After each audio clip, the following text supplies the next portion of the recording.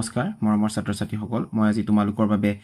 আমাৰ গণিত চতুৰ্থ শ্ৰেণীৰ পাঠ্যপুথিখনৰ পাঠ 4 যোগৰ সিদিনাখন আমি অলপ পঢ়িলোঁ 55 পৃষ্ঠাৰ পৰা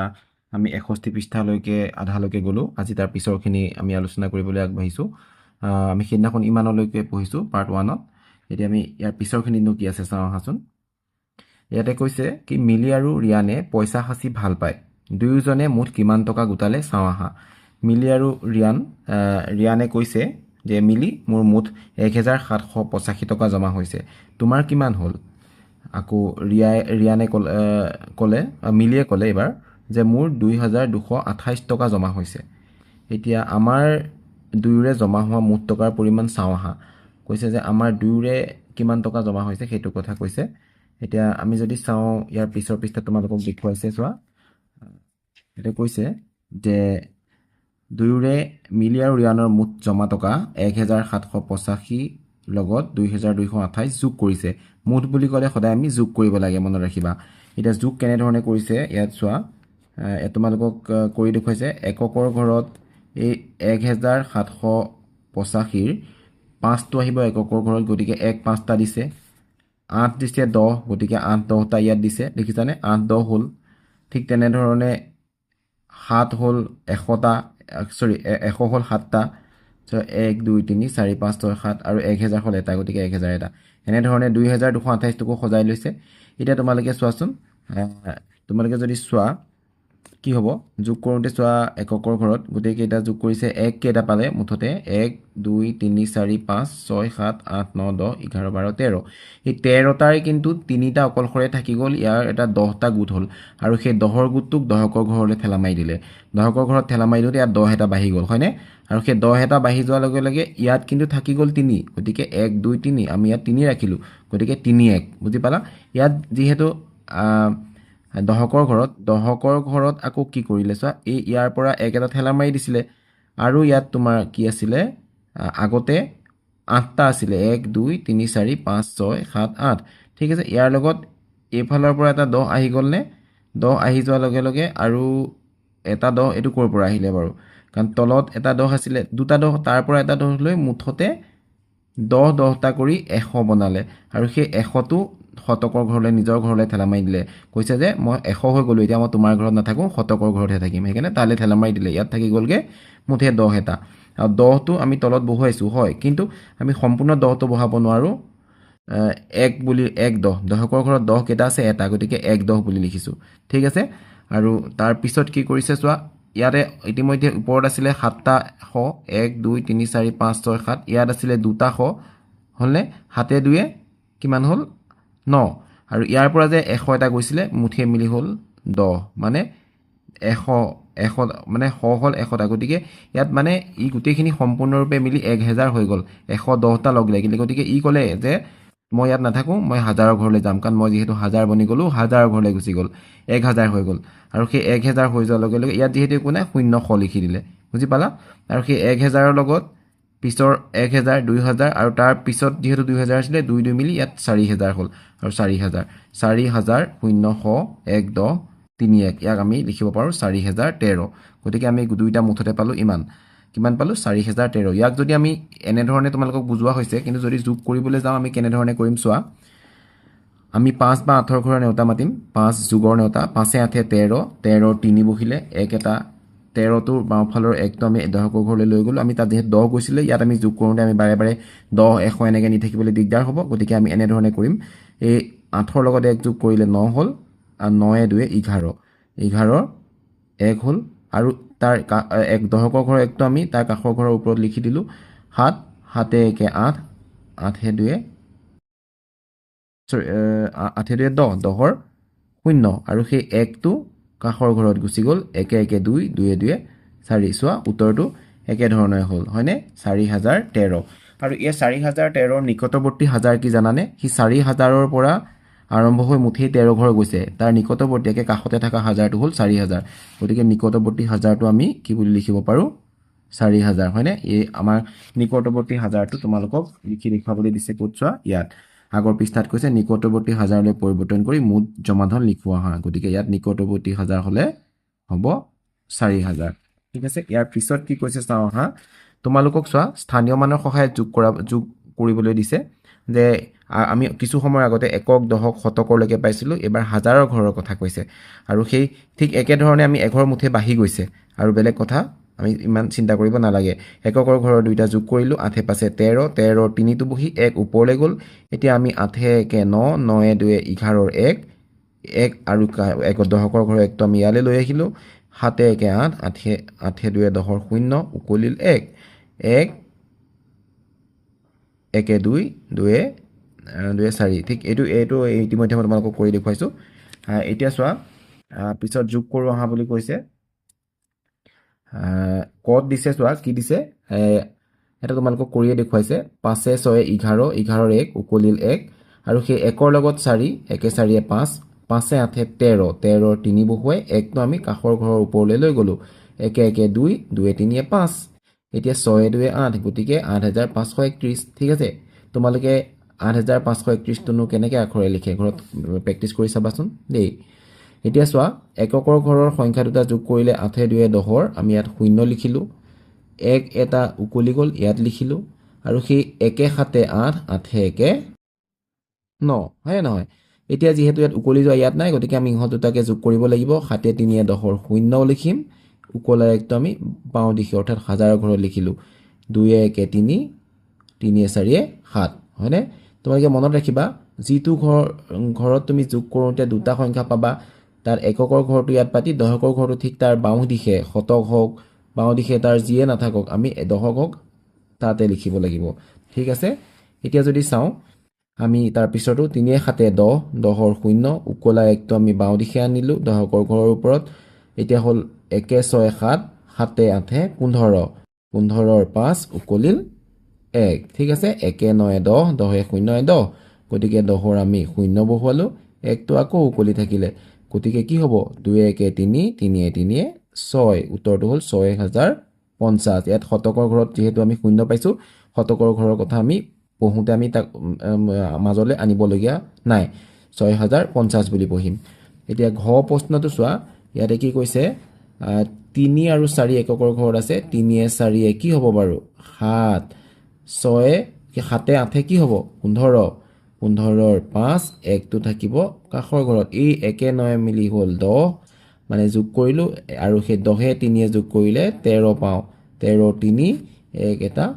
উকলি থাকিলে আৰু সেই 1 4 5 হ'ল 5 3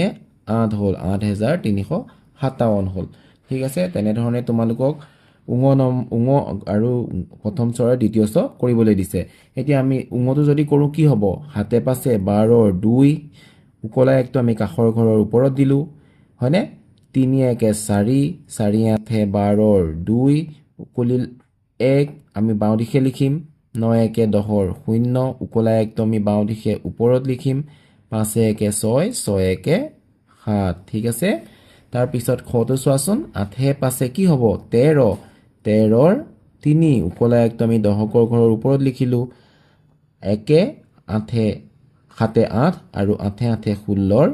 6 উকলিব 1 1 4 5 5 9 14 14ৰ 4 উকলিল 1 উকলা 1টো আমি হাজাৰৰ ঘৰৰ ওপৰত লিখিলোঁ 1 5 6 হ'ল 6 3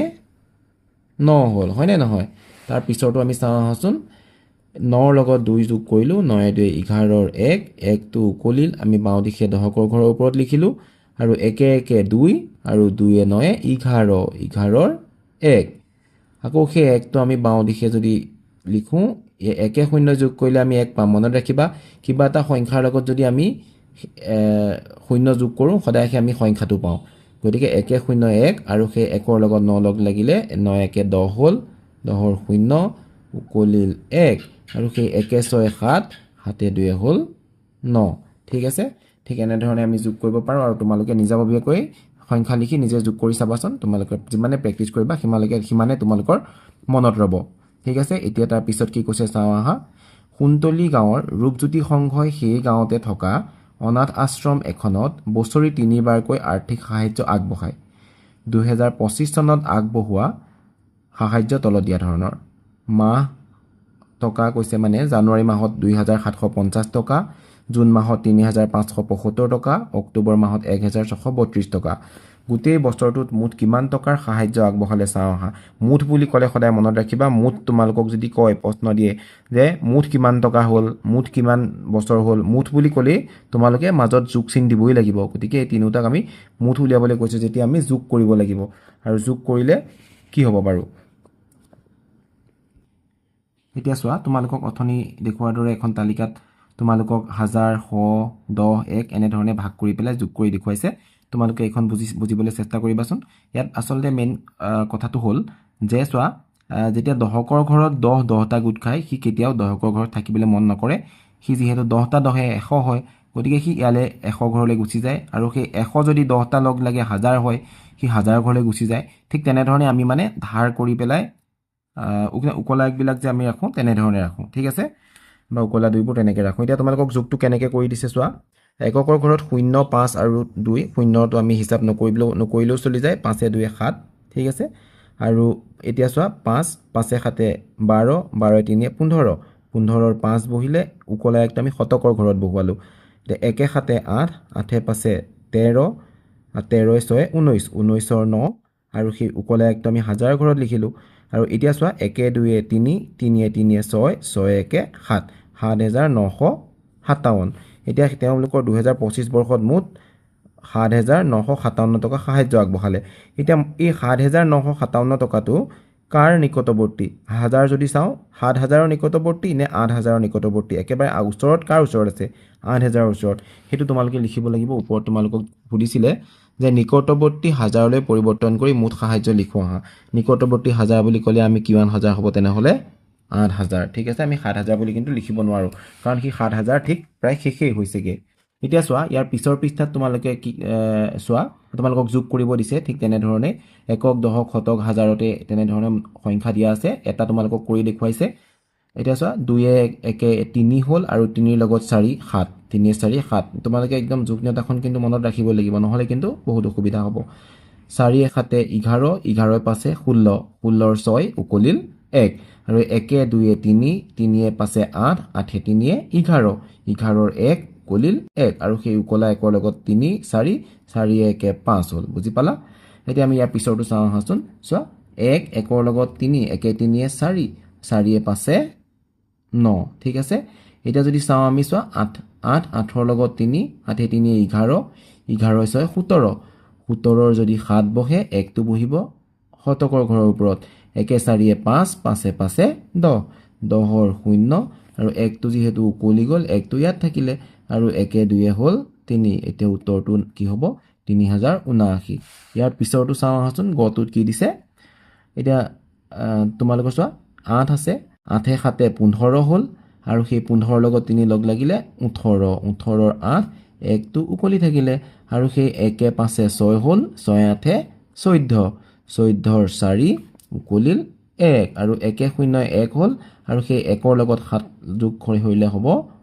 8, আৰু 4টোৰ লগত যিহেতু একো যোগ কৰিবলৈ নাই, আমি 4টোক তললৈ নমাই আনিব পাৰোঁ। মানে 4ৰ লগত একো যোগ হোৱা নাই, মানে 4ৰ লগত 0 যোগ হৈছে বুলি ভাবিব পাৰা। 4ৰ লগত ইয়াত 0 এটা আছে, ধৰি লওক 4 0 যোগ হ'লে 4 হ'ব, ঠিক আছে? ইয়াৰ পিছত যদি আমি ঘৰলৈ যাওঁ, কি হ'ব চোৱা, 5 7 12, 12ৰ লগত 0 যোগ লাগিলেও 12ই হ'ব। গতিকে 12ৰ আমি 2 বহুৱালোঁ, 1টো আমি উকলাই ওপৰলৈ লৈ গ'লোঁ, ঠিক আছে? আৰু সেই 1 8 হ'ল কিমান? 9, 9 4 13, আৰু 13ৰ লগত যদি তুমি নেওতা নাই, কিন্তু 13ৰ নেওতাখন তোমালোকে যদি পাজোল লাগে তোমালোকে কৰি চাবা, কিন্তু 13 8 কিমান হ'ব? 21, 21ৰ 1, আৰু 2টো আমি উকলাই থলোঁ। এতিয়া 2 2 4, 4 3 7, ঠিক আছে? আৰু এই 8টো আহিলে ইয়ালৈ। তোমালোকে চোৱা, এইকেইটা যোগ কৰি যে আমি কি পাইছিলোঁ, ক'ত আছিলে? ইয়াত ন? 8 1 9, 9 4 13, এই 13ৰ লগত 8 তোমালোকে যদি নেওতা নোপোৱা, 13ৰ লগত 8 এনেধৰণে কাষত পাতি যোগ কৰি চাব পাৰিবা। 8 5 8ৰ লগত 13, 8 3 11ৰ 1 উকলিল 1, আৰু সেই 1 1 2, গতিকে 21, সেই 21ৰ 1টো আমি ইয়াত বহাইছোঁ, 2টো ওপৰলৈ নিছোঁ, হয়নে? এই 2টো কিন্তু ওপৰলৈ যাব। এনেধৰণৰ ডাঙৰ হৈ গৈ থাকিলে তোমালোকে এনেকৈ পাতি কৰিবা, কিন্তু তোমালোকে যদি প্ৰেক্টিছ কৰি থাকা, কিন্তু তোমালোকৰ কেতিয়াও ভুল নহয়, তোমালোকে পাৰিবাগৈ, ঠিক আছে? এতিয়া উঙত চাওঁ। এককৰ ঘৰত 8 8 একে 9 আৰু সেই 9ৰ লগত 0 যোগ কৰিলে যিহেতু 9 হ'ব হয়নে নহয় তাৰপিছত চোৱা দহকৰ ঘৰত 9 9 যোগ কৰিলোঁ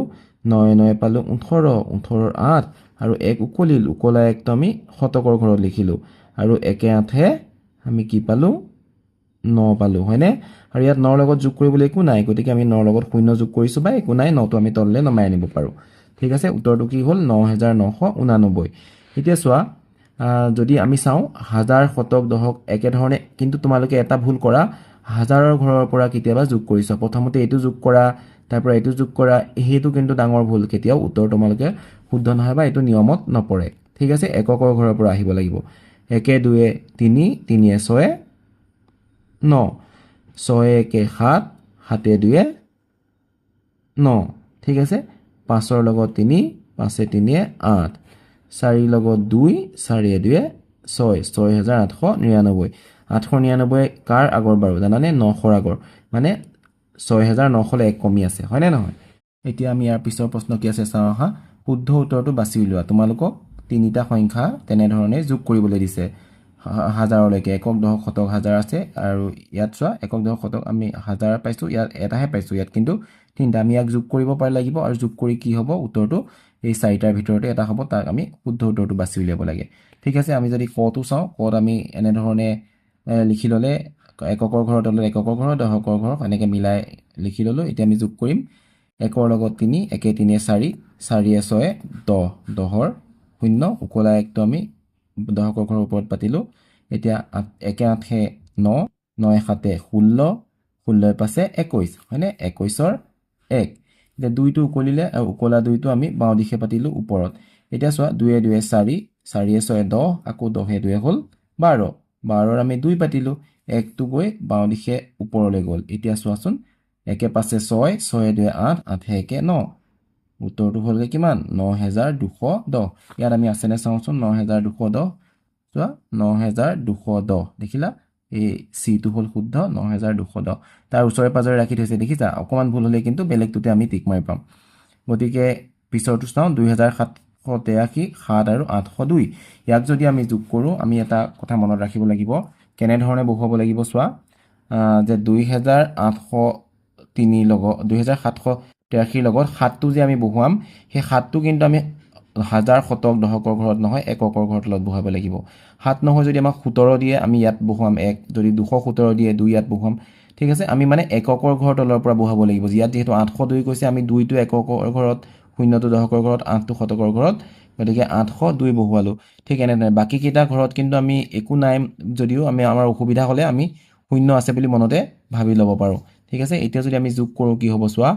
3 7 10 10 2 12 12ৰ 2 উকলিল 1 আৰু সেই 1 8 9 9ৰ লগত 0 আছে কাৰণে আমি 9 পাতিব পাৰিম ঠিক আছে 7 8 15 15ৰ 5 উকলিল 1 উকলাই একটো আমি কাষৰ ঘৰৰ ওপৰত পাতিলোঁ 1 2 3 3592 ইয়াত আছেনে চাওঁ আহাচোন 3592 দেখিলানে গতিকে ইয়াত বিটো শুদ্ধ আমি ইয়াৰ পিছৰ পৃষ্ঠালৈ যাওঁ ব'লাচোন ৰূপহী গাঁৱৰ ৰমলা কল্পনা আৰু নিৰলাই গামোচা বিক্ৰী কৰি পোৱা লাভৰ এটা অংশ জমা কৰে জমাৰ ধনৰাশি তলত দিয়া ধৰণৰ চোৱা ৰমলা কমলা নিৰলাই জানুৱাৰী মাহত গামোচা বিক্ৰী কৰি কি পাইছে দেখিছা 873 942 798 এনেধৰণে আৰু ফেব্ৰুৱাৰী মাৰ্চত তেনেধৰণে পইচা পাইছে এতিয়া চোৱা আমি ৰমলাই জানুৱাৰী ফেব্ৰুৱাৰী মাৰ্চ এই 3 মাহত কিমান পালে যদি চাওঁ প্ৰত্যেকৰে মুঠ জমা কৰা টকা যদি আমি চাওঁ প্ৰত্যেক মানুহৰে কাৰণে ৰমলাৰ কাৰণে আমি তিনিটা যোগ কৰিলে ইয়াত লিখিব লাগিব কল্পনাৰ কাৰণে তিনিটা যোগ কৰি আমি ইয়াত লিখিব লাগিব আৰু নিৰলাৰ কাৰণে তিনিটা যোগ কৰি ইয়াত লিখিব লাগিব কিন্তু প্ৰতি মাহৰ জানুৱাৰী মাহৰ যদি চাওঁ আমি এনেকৈ যোগ কৰিব লাগিব ইয়াত লিখিব লাগিব আৰু ফেব্ৰুৱাৰী মাহৰ তিনিগৰাকীয়ে মুঠ ইমান ইয়াত লিখিব লাগিব ঠিক আছে এনেধৰণে লিখিব লাগিব এতিয়া আমি যদি চাওঁ প্ৰথমতে জানুৱাৰী মাহৰে চাওঁ আমি সিধা যোগ কৰিব লাগিব 3 3 দিয়ে 5 5 8 13 13ৰ 3 উকলিল 1 উকলা একটো আমি ইয়াতে লিখি থৈছোঁ ঠিক আছে এতিয়া 7 1 8 হ'ল 8 4 12 12 9 21 21ৰ 1 ঠিক আছে উকলিল 1 এই উকলিল 2 2 উকলা 2টো আমি ইয়াত যদি দিওঁ 2 8 10 10 9 19 19 7 26 আমি 26টো বহুৱাই দিলোঁ ঠিক আছে ঠিক একেধৰণে ইয়াত ফেব্ৰুৱাৰী মাহতো যদি চাওঁ ইয়াত চোৱা আমি এই এককৰ ঘৰৰ লগত এই এককৰ ঘৰহে যোগ কৰিব লাগিব মনত ৰাখিবা আৰু এই দশকৰ ঘৰৰ লগত আমি দশকৰ ঘৰ যোগ কৰিম শতকৰ ঘৰৰ লগত শতকৰ ঘৰ যোগ কৰিম ঠিক আছে এতিয়া চোৱা এককৰ ঘৰত 8 আছে 0 আছে 1 8 1 9 ঠিক আছে 4 4 8 8 3 কি পাব 11 11 1 এই 1টো কাষৰ ঘৰৰ ওপৰত বহিলে ঠিক আছে এই 1 7 8 8ৰ লগত যদি 9 কৰোঁ 17 17 7 উকলিল 1 আৰু সেই উকলা 1ৰ লগত 1 লগ লাগিলে 2 2719 ঠিক আছে এতিয়া যদি আকৌ চাওঁ 2 2 পাছে 7 7 পাছে 12 12 2 উকলিল 1 উকলা 1 আমি কাষৰ ঘৰত দিম 1 7 8 হয়নে 8 7 15 15 3 18 18 8 উকলিল 1 আৰু উকলা 1 আমি কাষৰ ঘৰত দিলোঁ 1 2 3 3 1 4 4 3 7 হয়নে সেই 7টো আমি ইয়াত দিলোঁ এতিয়া থাকিলে হাজাৰৰ ঘৰৰ 1 1 1 2 2 1 3 ঠিক আছে এতিয়া চোৱা ৰমলাৰ জানুৱাৰী ফেব্ৰুৱাৰী মাৰ্চ মাহৰ মুঠ পইচা কিমান হ'ল প্ৰত্যেকৰে মুঠ জমা কিমান হ'ল ৰমলাৰ এই 873 748 আৰু 1262 আমি যোগ কৰিব লাগিব নহয় জানো এতিয়া আমি কেনেধৰণে যোগ কৰিম চোৱাচোন 3 3ৰ লগত 8 লগ লাগিলে কি হ'ব 3 8 11 11 2 13 13 3 কুলিল 1 আৰু এই 1 7 8 8 4 12 12 7 19 19ৰ থাকিলে 9 আৰু 1 যদি আমি ইয়াত দি দিওঁ উকলা 1টো কি হ'ব 8 1 9 9 7 16 16 দিয়ে 18 18ৰ 1 আৰু 1 উকলি থাকিলে চ 1 1 2 কি হ'ব 2893 এতিয়া ইয়াক যদি আমি ইয়াত বহুৱাওঁ কি হ'ব